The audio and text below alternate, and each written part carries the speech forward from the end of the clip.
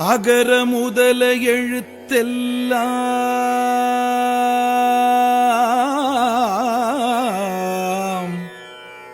ஆதிபகவன் முதற்றே உலகு. சார் வணக்கம் சார். வணக்கம் சார், போன தலைப்பில் நம்ம இலக்கண குறிப்புகளை பார்த்தோம். அதில் எழுத்து, சொல், அணி, பொருள் இலக்கணம், அப்புறம் யாப்பு இலக்கணம், அணி இலக்கணத்தை மேலாக பார்த்தோம். இலக்கணத்தினுடைய தமிழ் இலக்கணத்தினுடைய பிரிவுகள் பிரிவுகள் அதை நம்ம எழுத்தை பற்றி தான் பார்த்துட்டு இருக்கோம். எழுத்து அப்படியே எழுத்துக்களை பற்றி, அதாவது எழுத்து எத்தனை, அது வகை என்னன்றதெல்லாம் பார்த்தோம். ஆமாம், அதோடு முடியல. சொல் இலக்கணத்துக்கு கூட அடிப்படையானது எழுத்து தான். எழுத்துனால் ஆனது தான் சொற்கள். அந்த எழுத்துனால எப்படி சொற்கள் அமைகின்றன அப்படின்றது நம்ம தெரிஞ்சுக்கிட்டோம்னு சொன்னதான் எழுத்துக்களால் ஆனது சொல்லுன்றதை சரியாக தெளிவாக புரிஞ்சுக்கிட்டதான். ஏன்னா ஒரே எழுத்தை சில சமயங்களில் வெவ்வேறு வகையில் பயன்படுத்தப்படும். அந்தந்த இடத்துக்கு வேறு வேறு பெயர் வரும். அதுக்கு அதை தெளிவாக புரிஞ்சுக்கிட்டீங்கன்னா தான் சொல்லுன்னா என்ன அப்படின்றத தனியாக எடுத்துகிட்டு பார்க்க முடியும். அதனால் இங்கே சொல்கிறது இப்போ பார்க்க போகிறது சொல் இலக்கணம் மாதிரி இருந்தால் கூட, ஆனால் அது சொல் இலக்கணத்தில் வரங்காது, எழுத்தினுடைய பகுதியாக தான் கொள்ளணுமா. இப்போ பார்த்தோன்னு சொன்னால் நம்ம எழுத்து வகைகளெல்லாம் பார்த்தோம். மொத்தம் 247 எழுத்து இருக்குது. அதனுடைய வகைகள் என்ன அப்படின்றதெல்லாம் பார்த்தோம் இல்லையா. அந்த எழுத்துக்களில் சொல்லுக்கு முன்னால் என்ன வரும், சொல்லுக்கு இறுதியில் என்ன வரும், சொல்லுக்கு இடையில என்ன வரும், தமிழ் சொற்கள் இல்லை, அதை எப்படி பார்த்தோம். இப்போ அந்த சொற்கள் எப்படி அமைகின்றன, எப்படி உருவாகுது ஒரு எழுத்துல இருக்கணும். பார்த்தீங்கன்னா ஒரே ஒரு எழுத்து சொல்லாக தமிழில் பயன்படுத்துவது நிறைய இருக்குது. அது தெரியும். அதாவது இப்போ ஆ பசு அப்படின்னு பொருள். ஈ ஈ ஈ என்னும் பறக்கிற ஒரு ஜீவன் இருக்குது இல்லையா, உயிர் இருக்குது, அது ஈன்னு சொல்லுவோம். அது பெயர் சொல்ல வரும்.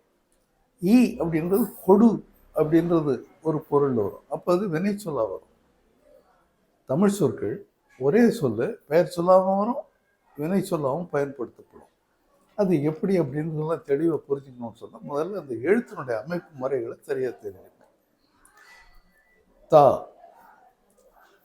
வா, போ இப்படியெல்லாம் பார்த்தீங்கன்னு சொன்னால் நிறைய ஓர் எழுத்து ஒரு மொழி அப்படின்னு சொல்லுவாங்க. ஒரே ஒரு எழுத்து தமிழ் சொற்கள். இது நம்ம பார்த்தோன்னு சொன்னால் தமிழில் ஓர் எழுத்து ஒரு மொழிகள் என்று சொல்லப்பட்டவை பெரும்பாலும் நெட்டு எழுத்துக்களில் தான் வரும். அந்த நெட்டு எழுத்துக்கள் வகைப்படுத்தி கூட பிரித்து சொல்கிறாங்க. குற்ற எழுத்துக்களில் 2 எழுத்துக்கள் மட்டும்தான் ஒரு எழுத்து ஒரு மொழியாக பயன்படுத்தப்படும். அது அதிகமாக பேச்சு வழக்கில் வராது. இந்த செய்யுள் வழக்கத்தில் தான் சில இடங்கள் இப்போ அது கூட பயன்படுத்தப்படுறதில்லை. அதனால அப்படி இருந்திருக்குது அப்படின்னு செய்தியை தெரிஞ்சுக்கணும். இப்போ உயிரெழுத்துக்களை பார்த்தோம்னு சொன்னால் ஒரு 6 எழுத்துக்கள் ஒரு எழுத்து ஒரு மொழியாக வரும். ஆ, ஈ, ஊ, ஏ, ஐ, ஓ என்பதெல்லாம் ஒரு எழுத்து ஒரு மொழியாக அமையக்கூடிய உயிரெழுத்துக்கள். உயிர் நெட்டு எழுத்துக்கள் மட்டும்தான் அப்படி வரும். அதே மாதிரி உயிர்மெய் நெட்டு எழுத்துக்களில் கூட நெடில் மட்டும்தான் பெரும்பாலானவை ஒரு எழுத்து ஒரு மொழிகளாக வரும். அப்படி சொல்கிறபோது இலக்கணத்தில் என்ன சொல்லியிருக்காங்கன்னு கேட்டால், இந்த ம வர்க்கம் இருக்கிறது, மா மீ மீ அப்படின்னு சொல்கிறோம் இல்லையா, அதில் ஒரு 6 நெட்டு எழுத்துக்கள் ஒரு எழுத்து ஒரு மொழியாக வரும். தா என்பதிலேயும் பா என்பதிலேயும் ந என்பதிலேயும் ஒரு எழுத்து ஒரு மொழியாக 5 நெட்டு எழுத்துக்கள் வரும். ச என்பதில் 2 எழுத்துக்கள் வரும். 4 எழுத்துக்கள் வரும். வ என்பதில் 4 எழுத்துக்கள் வரும். யா என்பதில் ஒரு எழுத்து வரும் அப்படின்னு இப்படி வகைப்படுத்தி சொல்லியிருக்கிறாங்க. அது ஒரே ஒரு எழுத்து சொல்லாக பயன்படுகிறது. ஒரே எழுத்து சொல்லினுடைய ஒரு அமைப்பாகவும் பயன்படும், பிரிவாகவும் வரும். யா என்பது தனி சொல்லாக வரும்னு பார்த்தோம். யார் அப்படின்னு கேட்குற போது அது சொல்லினுடைய ஒரு பிரிவாக அமைகிறது. ஏன்னா அதோடு இன்னொரு எழுத்தும் சேர்ந்து வருது. இப்படி 2 எழுத்து 3 எழுத்து சேர்ந்து சேர்ந்து சொற்கள் உருவாகும். தமிழில் பார்த்தோம்னு சொன்னால் அதை சொல்லுன்னு சொல்லாமல் பதம் அப்படின்னு சொல்கிறாங்க. இங்கே வரும்போது அந்த பதத்தை 2 வகையாக சொல்லுவாங்க. பகுப்பதம், பகாப்பதம் அப்படின்னு சொல்லுவாங்க. இந்த சொற்களால் உருவானது தான், எழுத்துக்களால் உருவானது தான். ஆனால் அந்த எழுத்துக்களால் உருவானது இங்கே சொல்லுன்னு சொல்லாமல் பதம் அப்படின்னு முதல்ல சொல்கிறாங்க. பகுப்பதம் அப்படின்னு சொன்னால் பிரிக்க முடிந்த பதங்கள். பகாப்பதம் அப்படின்னு சொன்னால் அந்த சொல்லை மேலும் பிரிக்க முடியாது அப்படின்றது கருத்து. பகாப்பதம் என்று சொல்லப்பட்டது பார்த்தேன்னு சொன்னீங்கன்னா, ஒரு எழுத்து இருக்கலாம், 2 எழுத்து இருக்கலாம், 3 எழுத்துக்களாக இருக்கலாம், 4 எழுத்துக்களாக, இப்படி 7 எழுத்துக்கள், அதிகம் போனால் 7 எழுத்துக்கள் தான் இருக்கும் இந்த பகுப்பதம் என்று சொல்லப்பட்ட சொற்களில். அந்த பகாப்பதம் என்று சொல்லப்பட்ட சொற்களில் பகுப்பதம் என்பதில் 2 எழுத்துலேருந்து 7 எழுத்து வரைக்கும் கூட, சிலது 9 எழுத்து வரைக்கும் கூட இருக்கும். ஆனால் அதிகமாக இருக்கிறது இது. பகுப்பதத்துக்கும் பகாப்பதத்துக்கும் என்ன வேறுபாடு அப்படின்னு தெரிஞ்சுக்கணும். பகுத்தல்னா பிரித்தல் அர்த்தம், பகா அப்படின்னு சொன்னால் பிரிக்க முடியாதது அப்படின்னு அர்த்தம். இந்த சொற்கள் இருக்கு இல்லையா, அது உருவாகிற போது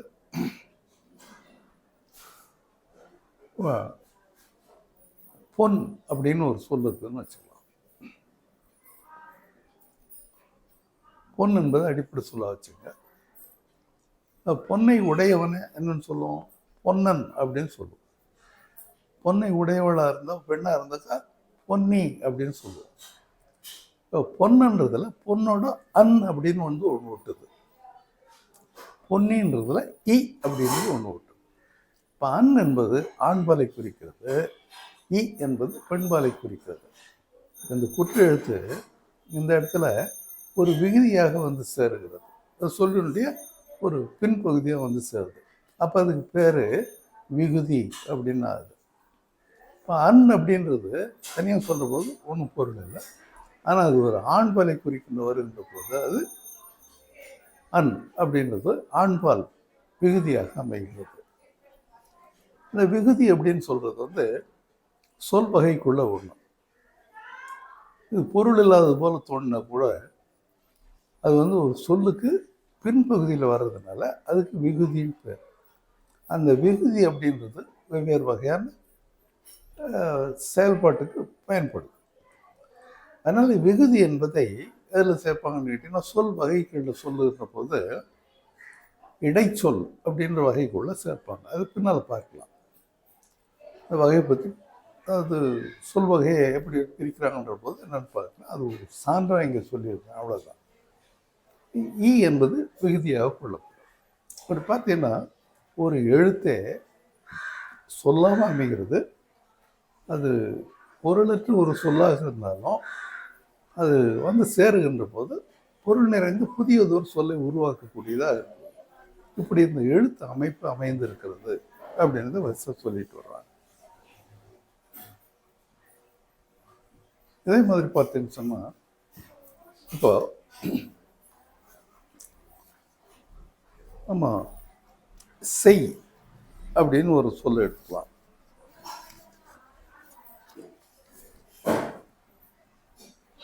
செய் சொல்கிற போது எப்படி இருக்குது? எதிரில் இருக்கவங்களை பார்த்து ஒரு வேலையை செய் அப்படின்னு சொல்கிற மாதிரி இருக்குது. இது ஏவுதல் அப்படின்னு சொல்லுவாங்க. கட்டளையிடுற ஒரு பொருளில் வந்துருக்கிறது. இப்போ நம்ம வீட்டுக்கு ஒருத்தர் வராங்கன்னு வச்சுக்கலாம். நம்ம தம்பி வரோம், எப்படி கூப்பிடுவீங்க? வாடா அப்படின்னு சொல்கிறீங்க, இல்லை வா அப்படின்னு சொல்கிறீங்க. அப்பாவோ தாத்தாவோ வராருன்னு வச்சுக்கலாம். அப்போ அவங்கள கூப்பிடுற போது வாங்க. வாங்க அப்படின்னு சொல்கிறோம். இந்த வாக்கும் வா என்று கூப்பிடுவதற்கும் வாங்க அப்படின்னு கூப்பிடுறதுக்கும் என்ன வேறுபாடு இருக்கிறது? வா அப்படின்றது ஒரு ஏவல், கட்டளையிடுறது மாதிரி இருக்குது. வாங்கன்றதும் ஏவல் தான், ஆனால் மரியாதை ஏவல். அவர் ஒரு வேண்டுதலை முன்வைக்கிற மாதிரி இருக்குது, ஒரு மரியாதைக்காக நம்ம அவங்கள அப்படி அழைக்கிற மாதிரி இருக்குது. ஆக வா வாங்க அப்படின்றதுக்குள்ள என்ன வேறுபாடுன்னு பார்த்தீங்கன்னா, வா அப்படின்றது பகுதி மட்டும் இருக்குது, வாங்கன்ற போது பின்னால் ஒரு இங்க அப்படின்னு ஒரு இன்னொரு ஒட்டு சொல்ல சேர்த்து உச்சரிக்கும் மரியாதைக்காக. இப்படி சொற்களை வேறுபடுத்தி காட்டுவதற்கும் பொருளை பிரித்து அறிந்து கொள்வதற்கும் அதனுடைய சொல் அமைப்பினுடைய முறைகளை தெரிந்து கொள்வதற்கும் சான்றாக ஒன்றை பார்க்கலாம். இப்போ நம்ம இந்த செய் அப்படின்னு சொல்ல எடுத்துக்கலாம். இந்த செய் என்கிற சொல்ல செய்தேன், செய்கிறேன், செய்வேன், 3 சொல்லுக்கும் வேறுபாடு தெரியுதா? இந்த 3 சொல்லுலையும் அது சொல்லுன்னு சொன்னோம்னா சொல்லுக்கு முன்பகுதி உண்டு, சொல்லுக்கு இறுதி பகுதி உண்டு, சொல்லுக்கு இடைப்பகுதி நடுப்பகுதி உண்டு. முன்னாலே பார்த்துருக்கோம் இல்லையா? ஒரு எழுத்தாளர்னு சொல் அமையிறபோது அது முன்னால் வரக்கூடிய எழுத்துக்கள், இறுதியில் வரக்கூடிய எழுத்துக்கள், இடையில் வரக்கூடிய எழுத்துக்கள் அப்படின்னு பார்த்துருக்கோம். அதே மாதிரி தான் சொல்லினுடைய முன்பகுதி, சொல்லுடைய இறுதி பகுதி, சொல்லுடைய இடைப்பகுதி. இப்போ இந்த 3 சொற்கள் சொன்னேன் இல்லையா? செய்தேன், செய்கிறேன், செய்வேன். இந்த 3 சொற்கள்லையும் ஒரு பகுதி மட்டும், ஏதோ ஒரு பகுதி, முன்பகுதியோ பின்பகுதியோ இடைப்பகுதியோ பொதுவாக இருக்குது. செய் செய் செய் அப்படின்னு வருது. அடுத்தது பார்க்கலாம். செய்தேன், செய்கிறேன், செய்வேன். அதில் இறுதி பகுதி பார், ஏன் ஏன் ஏன் அப்படின்னு முடிகிற மாதிரி இருக்குது. இப்போ செய்தேன்ல செய்ய எடுத்துது, ஏன் எடுத்துது, மிச்சம் என்ன இருக்குது? ஒரு எழுத்து மட்டும் இருக்குது அங்கே, இத்து அப்படின்ற எழுத்து நடுவில் நிற்குது. செய்கிறேன் அப்படின்றது செய்ய எடுத்துது, ஏன் எடுத்துது, இடையில கிரு அப்படின்னு ஒன்று நிற்குது. செய்வேன் அப்படின்ற சொல்ல எடுத்துக்கோ, செய் எடுத்துது, ஏன் நீக்கிடு, மிச்சம் இவ் அப்படின்னு நடுவில் ஒன்று இருக்குது. இப்போ பார்த்தீங்கன்னா இந்த 3 சொற்களிலேயும் இத்து கிரு இவ் அப்படின்றது சொல்லுக்கு இடையில வருது. இப்போ திரும்ப சொல்லி பாருங்க. செய்தேன் என்ன காலத்தை காட்டுது? இறந்த காலத்தை காட்டுது, நிகழ்ச்சி நடந்தது காட்டுது. செய்கிறேன் என்ன காலத்தை காட்டுது? நிகழ்ச்சி நடக்கிறத காட்டுது, நிகழ்காலத்தை காட்டுது. செய்வேன் என்ன காலத்தை காட்டுது? எதிர்காலத்தை காட்டுது. இப்போ அந்த சொல்லினுடைய இடைப்பகுதியில் அமைந்திருக்கிற அந்த சொல்லுக்கு இல்லையா, அதுக்கு இடைநிலைன்னு சொல்லுவாங்க. இப்போ இத்து கிரு இவ் அப்படின்ற எழுத்துக்கள் என்ன வந்திருக்குது? சொல்லுல ஒரு இடைநிலையாக வந்து ஒட்டிட்டு இருக்குது. அப்படி இருக்கிற போது அது காலத்தை உணர்த்தக்கூடிய ஆற்றல் உடையதாக இருக்குது. அந்த ஏன் ஏன் அப்படின்னு முடிகிறது இருக்கு இல்லையா, அது பாரு, யாரு? நான் செய்தேன், தான் செய்ததை காட்டுது. அதனால அது தன்மை ஒருமை அப்படின்னு ஆகும். அதுவே பன்மையாக இருந்ததுன்னு வச்சுக்கோ, தன்மை பன்மையாக இருந்ததுன்னு வச்சுக்கோ. நான் அப்படின்றது ஒருமை, அதுக்கு பன்மை என்ன? நாம். நாம் இது பெயர் சொல்லுது, நான் நாம் அப்படின்றது. இது அது வினை சொல் பார்த்தோம்னு சொன்னால் செய்தோம், செய்கிறோம், செய்வோம். பகுதி பாரு, செய். விகுதி செய் ஓம் அப்படின்னு முடியுது. இடையில நிற்கிறத பாரு, இறந்த காலத்தில் இத்து இருக்குது, நிகழ்காலத்தில் கிரு இருக்குது, எதிர்காலத்தில் இவ் இருக்குது. சரி, இது தன்மை ஒருமை முன்னிலை பார்த்தோம். இப்போ முன்னிலை, முன்னால் இருக்கிறவன் செய்ததை நம்ம சொல்றதுன்னு அப்படி சொல்லுவோம். செய்தாய், செய்கிறாய், செய்வாய் அப்படின்னு சொல்லுவோம். ரெண்டு பேர் செய்தான்னு சேர்ந்து செய்ததுன்னா பன்மையாக இருந்தால் நீவிர், செய்தீர், செய்கிறீர், செய்வீர் அப்படின்னு சொல்லுவோம். இந்த விகுதியெல்லாம் பார்த்துட்டோம், வித்தியாசப்படும். இப்படி இப்போ தன்மை பார்த்தோம், ஒருமை பன்மை பார்த்தோம், முன்னிலையில் ஒருமை பன்மை பார்த்தோம். படர்க்கை அப்படின்றது மூன்றாவது இடம். தன்மைன்றது தன்னை குறிக்கிறது, முன்னிலிருந்து முன்னால் இருக்கிறவங்களை குறிக்கிறது, ஒருமைன்றது ஒருத்தரை குறிக்கிறது, பன்மைன்றது ரெண்டு பேரோ அதுக்கு மேலே இருக்கிறவங்கள குறிக்கிறது. இது போக மூன்றாவது இடத்தை படர்க்கை அப்படின்னு சொல்லுவாங்க. படர்க்கையில் வரும்போது ஒருமை பன்மையை விட பால் பிரித்து கொள்ள வேண்டும். பால்னா பிரிவு அப்படின்னு அர்த்தம், பகுப்பு அப்படின்னு அர்த்தம்.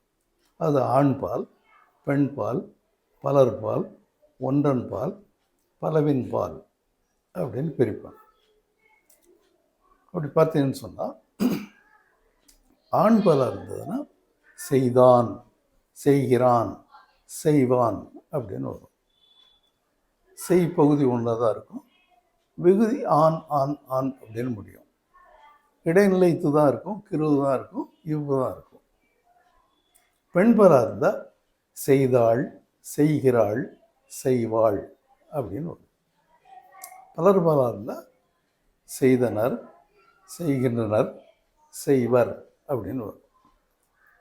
அதே ஒன்றன் பால் இருந்ததுன்னு சொன்னால் செய்தது, செய்கிறது, செய்யும் அப்படின்னு வரும். பலவின் பால் இருந்தால் செய்கின்றன, செய்தன, செய்கின்றன, செய்யும் அப்படின்னு வரும். இப்படி பார்த்தீங்கன்னா அந்த ஒரு செய் என்கின்ற பகுதியை அடிப்படையாக வச்சு கிட்டத்தட்ட ஒரு 27 சொற்களை நம்ம உருவாக்க முடியும். அது தன்மை, முன்னிலை, ஒருமை பன்மை, படர்க்கை ஆண்பால், பெண்பால், பலர்பால், ஒன்றன்பால், பலவின்பால். இப்படி சொற்கள் விரிவடைந்து கொண்டே போகும். இது அப்படியே திரும்பவும் இதுக்கு ஆப்போசிட் வேர்ட்ஸ் அப்படின்னு சொல்கிறாங்களே, எதிர் சொற்கள் அப்படி போனோம்னு சொன்னாக்கா அது ஒரு 27 வரும்.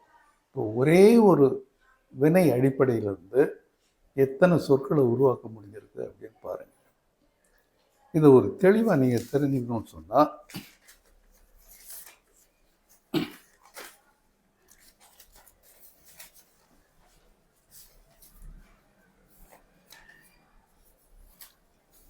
இதை வேணா இது பண்ணிக்கலாம். பார்த்த சொற்களை இந்த இங்கே இதுவா சார்? ஆமாம், ஓகே சார்.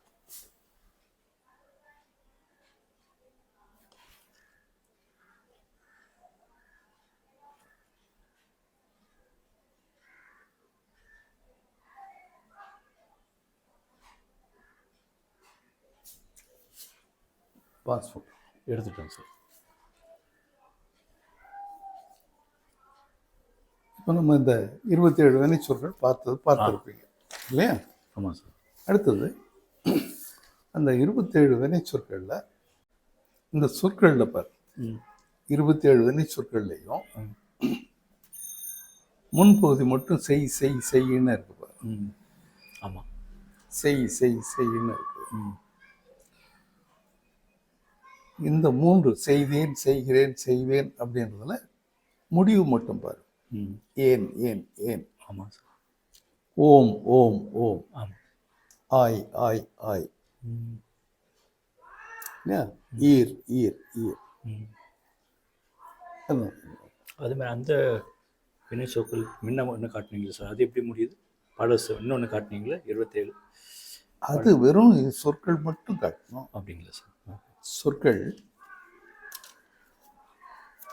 அதை அப்படி பார்த்துடலாம்.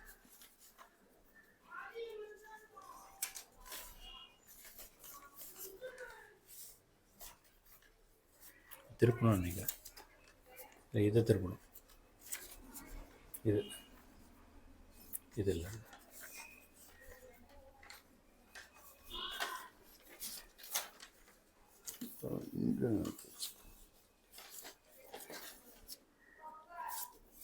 இல்லை ஃப்ரண்ட்டில் இருக்குது. இது இது என்ன சார்? இது வினைச்சொற்கள் மட்டும் பார்த்தோம். ம். இப்போ இதில் பகுதியும் விகுதியும் மட்டும் இருக்கிறத பார்த்தோம். சரி சார். இது பார்த்தீங்கன்னா ம். பகுதி விகுதி இடைநிலை. ம். இடைநிலைகள் எல்லாமே இத்துன்னு இருப்பார். ம்.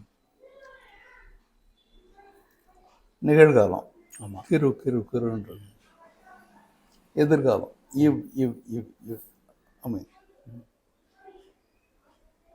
இல்லையா? ஆமாம் சார்.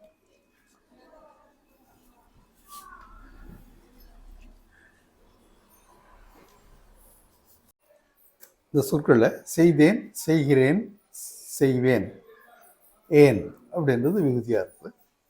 செய்தோம், செய்கிறோம், செய்வோம், ஓம். செய்தாய், செய்கிறாய், ஆய். செய்தீர், செய்கிறீர், செய்வீர், ஈர். செய்தான், செய்கிறான், செய்வான், ஆன். அதாவது ஏன் என்பது தன்மை ஒருமை விகுதியாக இருக்குது. ஓம் என்பது தன்மை பன்மையாக இருக்குது. ஆய் என்பது முன்னிலை ஒருமையாக இருக்குது.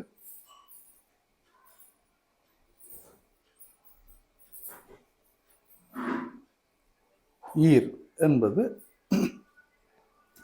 முன்னிலை பன்மையாக இருக்கிறது. ஆண் ஆண்பால் படற்கை ஆண்பால் விகுதி. ஆள் படற்கை பெண்பால் விகுதி. ஆர் படற்கை பலர்பால் விகுதி. தூ படற்கை ஒன்றன்பால் விகுதி. படற்கை பலவின்பால் விகுதி. இந்த விகுதி எல்லாம் கூட சொல் அப்படின்ற வகைக்குள்ள அடங்கும். அது சொல்ல படிக்கிற போது அது என்ன சொல் அப்படின்றத பார்க்கலாம். இப்போ இங்கே எழுதியிருக்கிற அவ்வளவு சொற்களையும் எவ்வளவையும் மொத்தமாக சுருக்கமாக ஒரு பார்வை பார்க்குறதுன்னு சொன்னால், செய் இறந்த கால இடைநிலை இத்து, நிகழ்கால இடைநிலை கிரு கின்று, எதிர்கால இடைநிலை இவ். விகுதி என்று சொல்லப்பட்டது ஏன் தன்மை ஒருமைக்கு வரும். தன்மை பன்மை, முன்னிலை ஒருமை, முன்னிலை பன்மை, படற்கை ஆண்பால் பெண்பால் பலர்பால் பலவின்பால் ஒன்றன்பால் பலவின்பால் விகுதிகள்.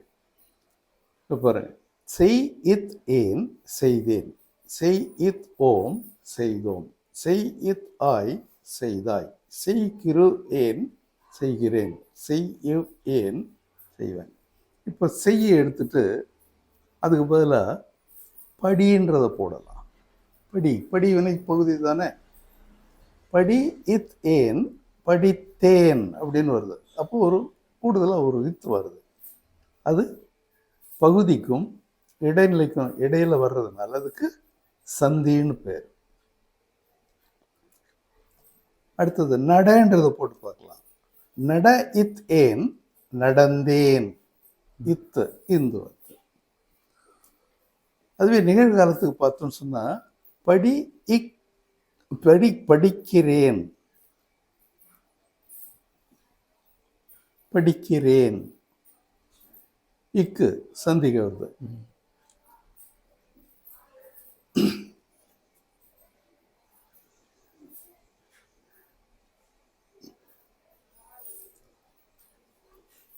படி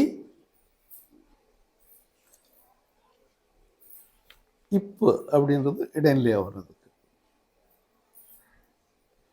இப்பு. அப்போ இப்பு என்கின்ற சந்தி தோன்றும். படி இப் ஏன் படிப்பேன், இப்பேன் படிப்பேன். கான் அப்படின்ற பகுதி எடுத்துட்டோம்னு சொன்னேன்னா, கான் கிரு ஏன் அப்படின்னு சொல்றார். கான் கிரு ஏன் அப்படியே அமையுது. ஆனா இறந்த காலத்துல பார்த்தீங்கன்னா கான் இத்து வராது, இட்டு அப்படின்ற இடம்ல வரும். கான் இட் ஏன், கண்டேன். காணு கண்ணுன்னு குறியிடும்.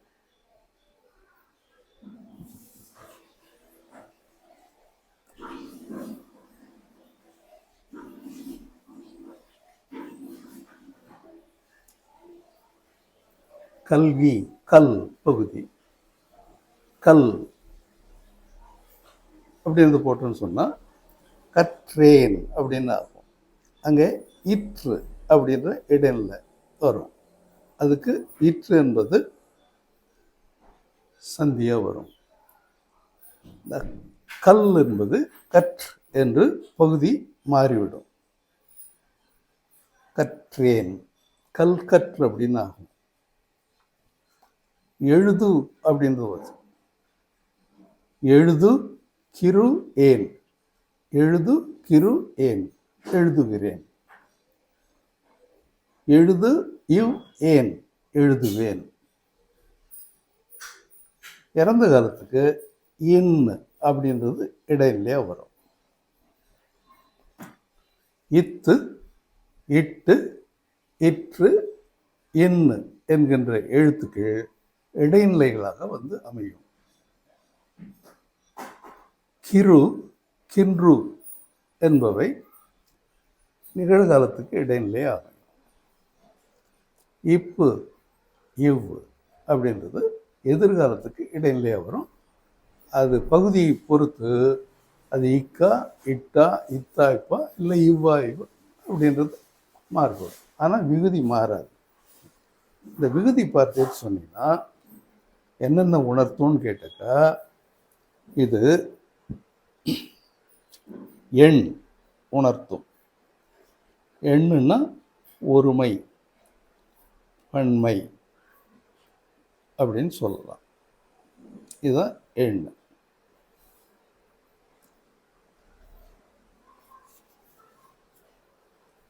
படற்கை இடத்துல, அதாவது படற்கைக்கு வரும்போது அது பால் உணர்த்தும்.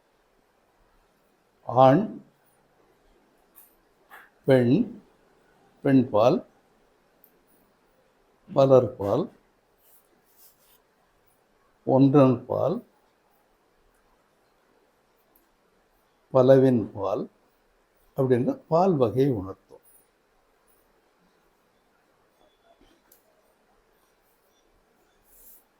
விகுதி என்பது திணை, வேர்திணையா அகிரணையா, பால்,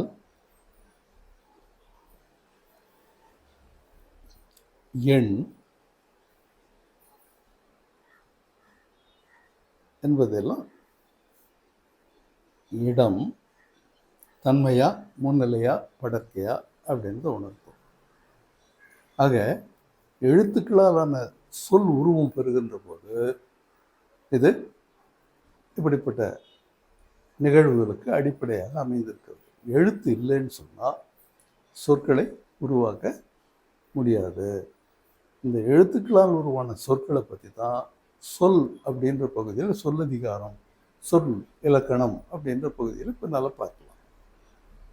இன்னும் இந்த சொற்கள் எப்படி எழுத்து உருவம் மாறுகிறது. இப்போ கான் அப்படின்ற பகுதி கண்ணுன்னு குறுகுது. இதுக்கு என்ன காரணம்? கல் அப்படின்ற பகுதி கர்ன்னு மாறுபடுது. இது எதனால் மாறுபடுகிறது அப்படின்றதுக்கும் இந்த எழுத்து சேர்க்கை தான் காரணம். எழுத்துக்கள் அதை புணர்ச்சின்னு சொல்லுவாங்க. அந்த எழுத்து ஒன்றோடு ஒன்று எவ்வாறு இணைகிறது, என்னென்ன மாறுதல்களை அடையும் அப்படின்ற தெளிவை பெற்றுட்டீங்கன்னா தான் பின்னால் சொல் வகைகளை எப்படி எப்படி பிரிச்சிருக்கிறாங்கன்னு புரிந்து கொள்வதற்கு துணையாக இருக்கும். சொல் இந்த எழுத்துக்களெல்லாம் அந்த பேர் எப்படி வருது அப்படின்றது தெரிஞ்சுக்கணும் நீங்கள். அதுக்கு தான் இது உதாரணமாக இருந்தது. இப்போ பார்த்தோம்னு சொன்னீங்கன்னா சாரியை, சந்தி, இடைநிலை அப்படின்றத ஒரு ஒரு எழுத்து தான்.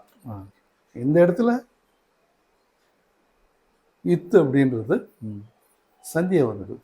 இந்த இடத்துல இடைநிலை, அதாவது இடைநிலையாக வந்துடுது. காலத்துக்கு உணர்த்தக்கூடிய ஒரு உறுப்பாக வந்துடுது. இந்த இடத்துல சந்தியா வந்துருக்குது.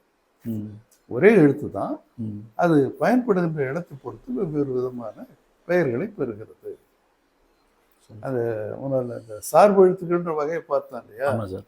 அந்த வகையில் என்னென்ன இருக்குதுன்னு முதல்ல தெளிவாக தெரிஞ்சுங்க. அதுக்கப்புறம் தான் நம்ம சொல்லை பற்றி, ஏன்னா சொல்லுன்னு வரும்போது அதில் வகை வகையாக சொல்லி போக வேண்டியிருக்கும். அது தெளிவு வரணும்னா முதல்ல இந்த எழுத்து எப்படி உருவாகுது, எப்படியெல்லாம் பயன்படுதுன்னு தெரியும். சார் அப்புறம் சார் அடுத்த சின்ன இது எழுது இது இந்த இந்த வகை எந்த வகை சார்? இது ஏதாவது சொல்கிறதுக்கு அது இது இதை பற்றி சொல்கிறீங்களா?